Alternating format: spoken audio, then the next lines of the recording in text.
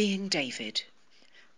3 bottles in a row, lined up, carefully, very, very carefully, in ascending order of size. 3, 2, 1, 2, 3, 1, 2, 1, 3, 1, 3, 2, 1, 2, 3. David looks at them, but for no longer than 3 seconds, then rehearses the numbers. A chain of safety, all combinations safely named and stored. Done, David tells himself, done. But in the silent voice, the one that only he can hear, he smiles and touches his nose. Once, twice, once again. Today has the makings of a good day. David can always tell them, the good ones, can sort them out from the other type, the bruised and damaged ones, which, like overripe fruit, have already begun to rot. No, good days are different. They have their own smell. He can taste them, sweet and fragrant like sunshine. Life tingles and fizzes. Today the bottles will remain lined up, and safely so, meaning his hands can stay away. They will not need to weave or wave like a conjurer's. He will not need to recite over and over the string of numbers, a litany of tedium. His fingernails will remain unchewed, his skin unblooded. Today is a centre day. Centre days, because of their importance, have capital letters. Already, David, permanently wired about the possibility of delay, is looking out for the bus. "Stop twitching them curtains, Dave," rasps his mother, lighting her 3rd cigarette of the morning. 321, 231, 213, 132, 123. But David, talking to himself in his special voice, is able to stop after this, so all is well. Dot, his mother, has skin the colour of ash, and is now like an ancient dragon, blowing smoke out of her nostrils. "Dave!" Her voice, charred and stained by nicotine, has a note of warning to it. "Just looking, Mum, just looking, just looking." A touch to the nose again. 1, 2, 3. Very quickly, and then stop. "I'll go and brush my teeth. Go and brush my teeth. Quickly, quickly." Upstairs in the bathroom, David sees he has cut himself shaving. This is not necessarily a bad thing. He examines the cut carefully, holding his breath while he does so, because misting up the mirror is not a good thing. It adds confusion, as well as the extra chore of wiping the glass without leaving smears. David and smears do not mix. But today the mirror remains clear, and his breath remains stored deep inside, so all is well. He blots the cut with tissue paper, a frond sticking there like a tiny torn flag. Flags, stripes, stars, crescents and moons, blocks of rainbow, wonderful, bewildering things. Red, green, blue, blue, green, red, blue, blue, red, green. Stop. And because this is not a bad day, he is able to. Breath out, mirror safely unmisted. The morning is really going very well indeed. David brushes his teeth with caution. Careful, David, careful. His gums are bulbous and tender and will bleed if the bristles catch them. The splatter of red freckles in the basin or scarlet blooms on elderly bristles, both make his insides spiral and twist. Clamp eyes shut. Shut eyes clamp.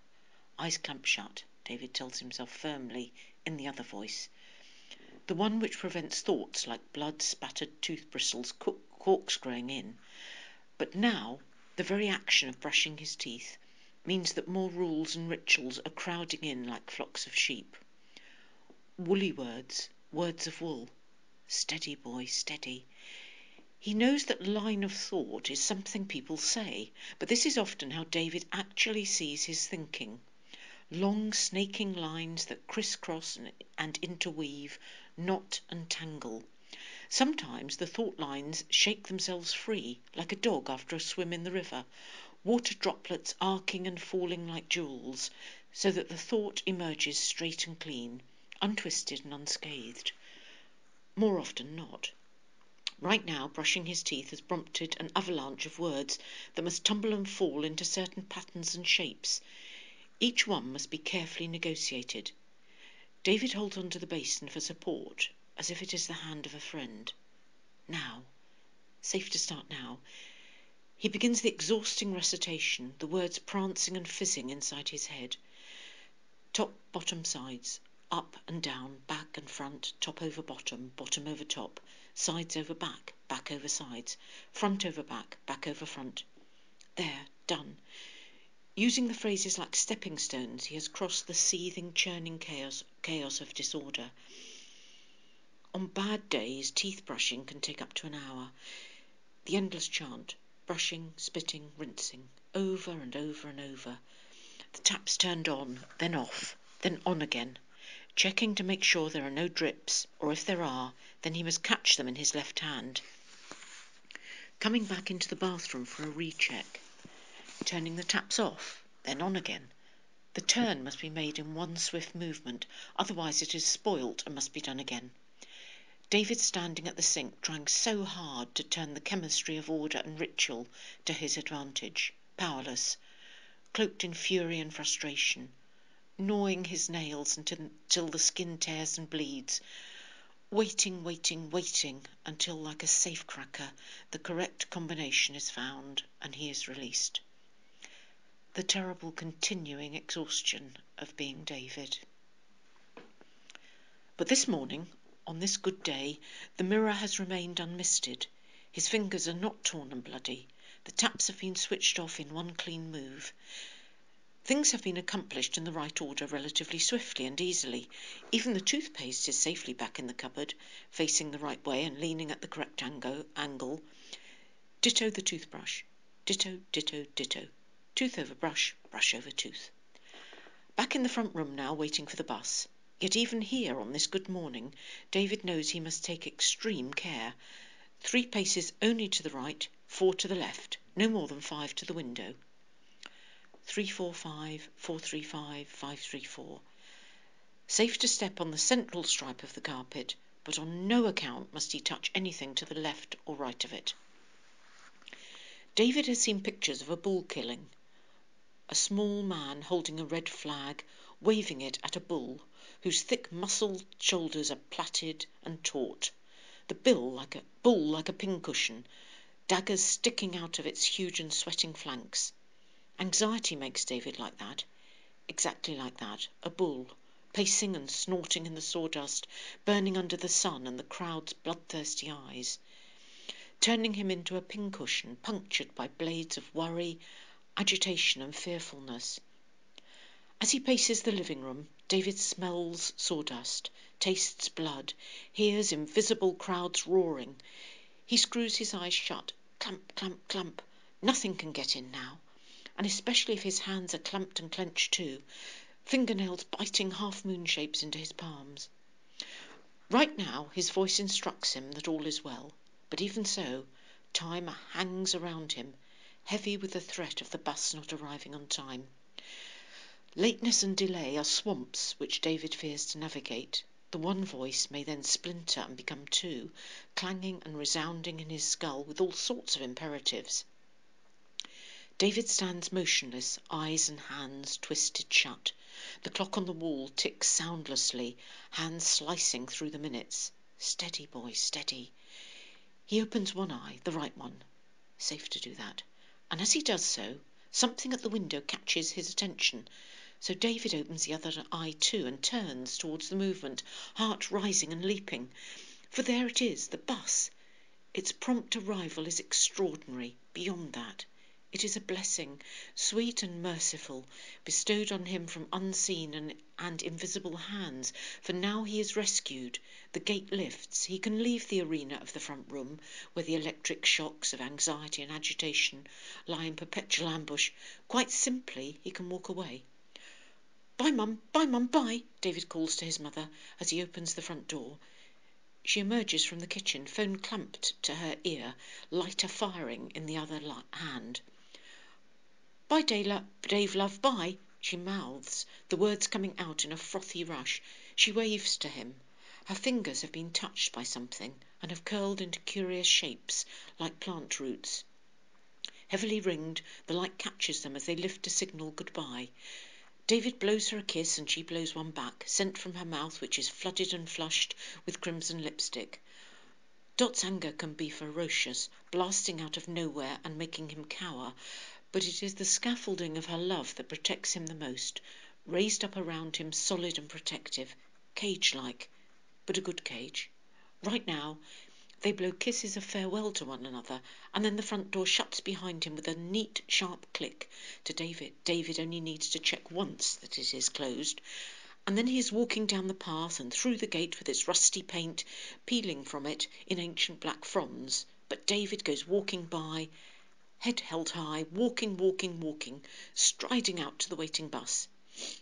"Morning, David, and how are we today?" says Colin, the driver. Colin has a long grey moustache, which makes David think of a walrus. A walrus on the bus. Russ bus. Bus Russ. "I'm very well, Colin, thank you. Thank you for asking. Very well. Yes, very well indeed."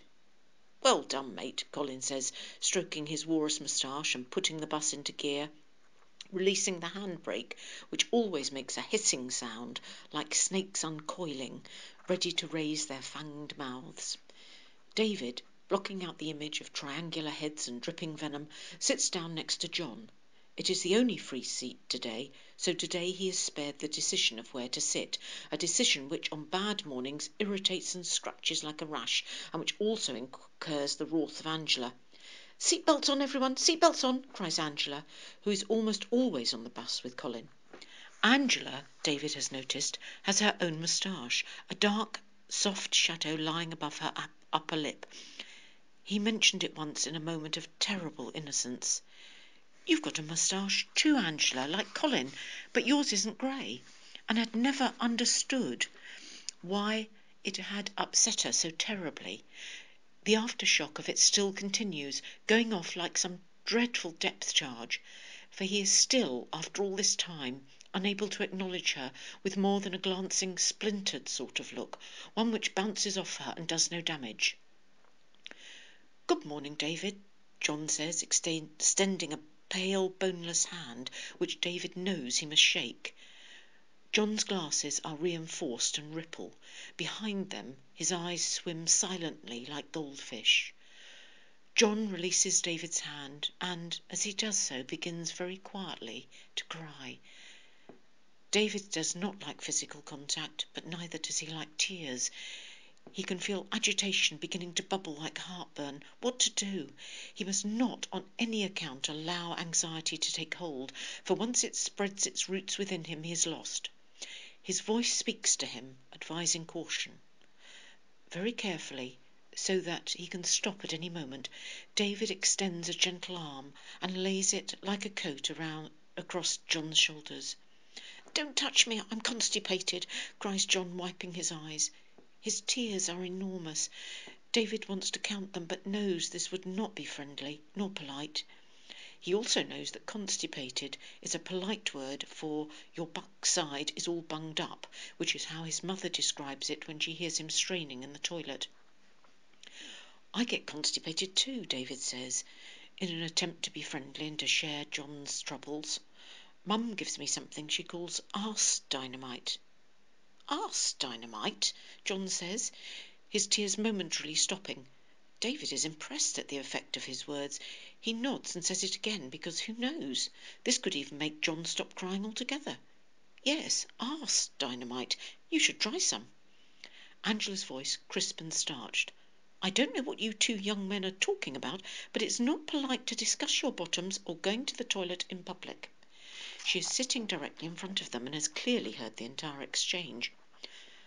Sorry, Angela, sorry," David says, touching his left ear 3 times. John wipes his nose loudly, but David notices that it is still dripping, like their gutter after heavy rain. John's mind has been split in two like a coconut, and no one seems to be able to mend it. He cries a lot and has to take tablets, and sometimes grows angry, talking out loud to someone who is not there and punching his hands together with a fierce smacking noise. David becomes anxious when John does this, but this morning he is simply crying, very quietly, the enormous silent tears falling like an overspill of rainwater. David looks for a hanky. "Always take a hanky with you, Dave," shouts his mother. "You never know when you're going to need one," and offers it silently, carefully to John.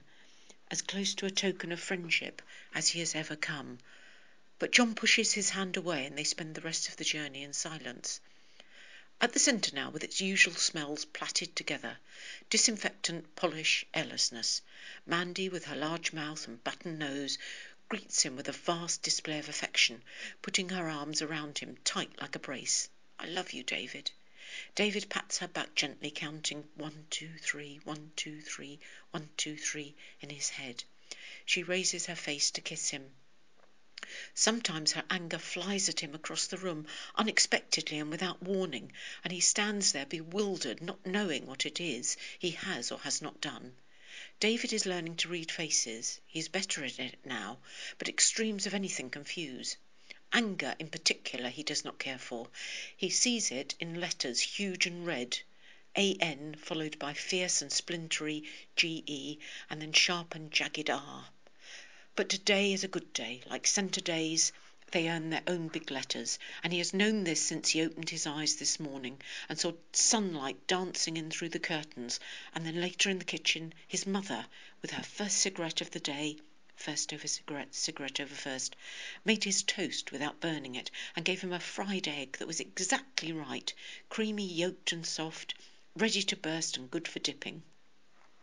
Yes, and then the bathroom, with no misting or blood, and the bus coming on time, so he did not need to become agitated. Agited, another word which he sees as ugly and ferocious. It is stripy and stinging, wasp shape. But agitation has not stung him too much today. No, it hasn't. He has been rescued, saved and preserved by the fall of things. So it follows that Mandy will not wear her cloak of mysterious anger, but will instead greet him with a soft wet kiss, and Maureen, who makes the tea and coffee, will give him the cup he likes best, the one with the dog on the front, but also with a tiny chip at the top by the handle, which only he knows about, and which because of that is extremely important. Yes, all of these things have fallen into place like the tiny fluttering shapes in the tube you hold up to your eye, falling and moving and connecting to make the whole pattern of the day brightly coloured and good. David sips his tea from the cup with the happy panting dog on the front, and with the chip carefully positioned away from him at the correct angle. 2 sugars, Maureen, please, 2 sugars, to which Maureen, with her soft flowery face and vivid blue eyeshadow, always replies, "You're sweet enough, Dave, you're sweet enough." There is even a spare custard cream which he is now eating, and David, standing in one of those arms of sunlight which set the dust motes swirling and spinning, can feel the slow formation of a memory, shaping itself and solidifying very gently, so that he sees it hanging in his mind like a stalactite, stalak over tight, tight over stalak. After his cup of tea, cup put down on the counter carefully, facing the right way and not touching anything else, David plays snooker with Pat. Pat, with his blaring blue eyes, can be alarming, pacing up and down, coming right up close, mouthing things. Pat has stories going on in his head which only he can hear. He has stale breath and a mole on his nose. But he is good at snooker, and David never beats him. No one does. Pat is the champ. David knows that only one letter separates champ from chimp, but wisely says nothing. The balls move from side to side, up and down, spinning uselessly. "Foul!" cries Pat, who knows the rules, wiping spittle from his mouth. David puts chalk on his cue, not knowing why, but because he has seen players do this on the telly. Pat tells him he has lost 4 points. David says nothing, because Pat has spittle flying and is now bent low over the stained and elderly green table, taking aim. The white ball spins and hits the black. Pat punches the air. David sees defeat, acknowledges it with a bent head. Pat shakes his hand, harpooning him with his bright blue stare. "Well done, mate," says David, clasping Pat's huge and calloused hand in his until it is safe to let go. "Well done, well done." If he had his right hand free, he would touch his ear 3 times, but he doesn't. Pat mouths things, staring wildly. David tries to untie the knot of their hands. "How are you guys getting on?" Chris is young and affable and has appeared from nowhere. "I won," cries Pat. "He won," says David, feeling there is safety in the echo. "Well done, mate," and bad luck, says Chris, always eager to share favours and grace and praise equally. David does not care about losing. He simply wants to escape Pat's wild eyes and his feverish, calloused hand. Chris, unexpectedly, saves him. "Give me a game," he says to Pat, and Pat immediately rocks back on his heels, mouth moving to the inaudible sounds in his head, releasing David's hand and freeing him from the hook of his eyes. A game of darts next, with Stu and Brenda and Chaz, who is one of the helpers. Brenda, with her small white hands like putty, throws the darts wildly so that they never hit the board, but instead fall to the ground, not far from her legs, that are as thin as pipe cleaners, the darts fluttering and falling like wounded birds. "Bad luck, Bren," cries Chaz, who wears lots of bracelets and has black painted nails. "You're not doing it right," says Stu. "You got to bend your arm, Bren." But Brenda is sulking and refuses to listen. Stu takes his time, locked in thought, arm and hand held back in an invisible plaster case of immobility, staring at the dartboard, a nerve jumping near his left eye. David shifts on his feet and wishes Stu would hurry up. "Come on, Stu," cries Chaz. "Sometime today, please." Brenda snorts and giggles, stuffing a tiny white hand into her mouth. Stu scowls, does some more staring, the nerve near his eye jumping like a pulse. His hand uncoils and releases. The dart flies in an arc and hits something on the board with a solid thud. "Double top," shouts Stu, which means nothing to David. Stu retrieves his dart, grinning. The nerve, David notices, has fallen silent. It is his turn next. Chaz's bracelets quiver. Bren mutters about it being her go. Stu breathes heavily and farts with the loudness of gunshot. "Stu!" cries Chaz. "Bit gassy today," Stu says, wiping his nose. David's dart is old and has battered feathers. He tries not to count in his head or to stare too long at the numbers on the board, which will then make all sorts of demands about rearrangement and ascending orders. "Clamp," David's special voice says firmly. His eyes are obedient. His lids scrunch shut. He waits, counts his breathing. 5, 6, 7. David opens his eyes, blinks twice and throws. The dart flies through the dust motes and bites the board. "Well done," shouts Chaz, clapping him on the back. "My turn," squeals Brenda, hopping from foot to foot.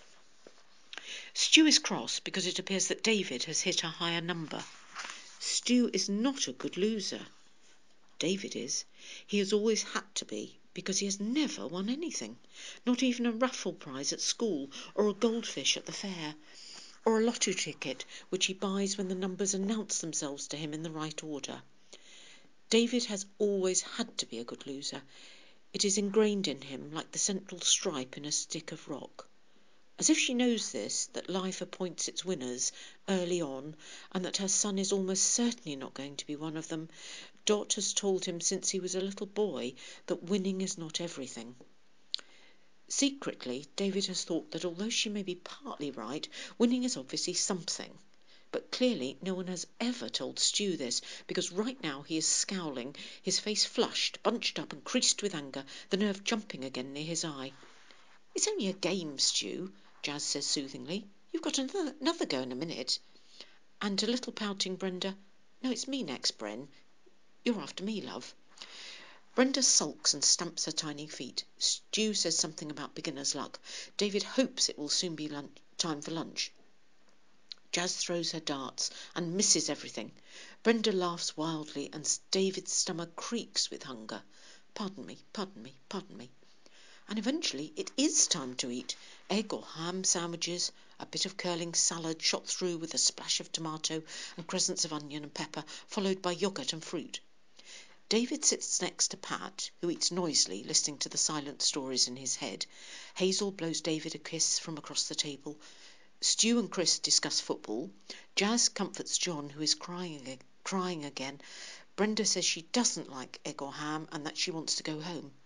David sits at the table contentedly because there is a ham sandwich over and Chaz has said he can have it. And finally, it is back home again, to the familiar odours. The rubbish has not been put out and is beginning to pong. Ping pong, table tennis, the kitchen is beginning to table tennis. David has learnt that it is better to keep these sorts of jokes to himself and to enjoy them silently, which he does now. The kitchen is heavy with grease. His mother is standing by the fridge, cigarette billowing from her mouth. They have a cup of tea and a slightly stale piece of cake, eating it in the front room, watching the telly, which his mum puts on early and which blares its way like a foghorn throughout the afternoon and evening. When it is a bad day, David cannot stay in the room, for the voices become saws, cutting into his head and talking in code words he cannot always untangle. Today, however, he is safe. S-A-F-E. Somewhere you store money and jewels, and something in films people try to break into, twisting the locks, blasting with dynamite, taking and escaping. But safe is also a place David most likes to be. Protected, preserved. Safe is what he is right now, so he can sit with his tea, 2 sugars please, 2 sugars, you're sweet enough already, and the slice of dry Victoria sponge, and know that this evening will be okay. K over O, O over K, sorted, stop. Right now, a quiz show. Stupid buggers, Dot shouts when contestants answer wrongly, waving at the screen with her twisted fingers and spinning ash onto the carpet as she does so. Clumsy mare, she tells herself, dissolving it into the stripy orangeness with her heel. Dot's ankles and feet are bloated and swollen and paw over the tops of her slippers. The quiz show is followed by 2 soaps which they almost always watch. Not her colour, that blue, Dot will say, pouring herself an early Guinness. And look at her roots, what is she thinking? They do not always follow the plot lines, which have become increasingly complicated. Burglaries and rail accidents, explosions and drug dealing have all featured lately, but Dot talks about the characters as if they are the friends and neighbours they do not have. And now, right now, it is fish and chips for supper, so the day is continuing in a marvellous way. It is following a shimmering golden path over which David has no control, but simply stands there, smiling, watching it unfurl. Dot pours herself a glass of stout. Glass of thin, glass of thin, glass of thin, chirps David happily, rocking back and forwards, but making sure it is 3 times only. He touches his nose quickly. 1, 2, 3. Pulls his left ear. Glass over thin, thin over glass. Sorted. It is safe too with the fish and chips, as long as he obeys some basic rules, which will then protect him like bubble wrap. The chips must be kept to the right, must not touch the fish, and he can only eat 2 at a time. The ketchup must come out of the bottle in 2 swift dollops, salt and vinegar on the chips only, and every little bit of the fish must be eaten. After supper, things are cleared away in the kitchen. He takes the rubbish out, and Dot makes more tea for them to drink in front of the telly. More soaps. What has she done to her hair? And another quiz show, a cooking programme, and something about people in America who have swelled up like balloons and who now cannot move outside their houses. Look at the size of that bugger. With Dot finally asleep on the sofa, despite the foghorn voice of the telly, David gently removes the final cigarette from the loose slackness of her mouth, the grey ash trembling and pendulous. He grinds it into the full ashtray, then bends to kiss the sleeping head of his mother. Sleep tight, sleep tight, sleep tight. Bedbugs, bedbugs, bedbugs. And finally, sitting amidst the TV's blare and his mother's snorts and growls, David is able to identify a strand of emotion and pull it towards him, untangling it from everything else around him. It is an emotion he is not overly familiar with, but it is there all the same. He can reach out and pull it into his hand, cupping it, holding it safe. It is happiness. Happy over Ness, Ness over happy. There. Stop. Sorted. Done.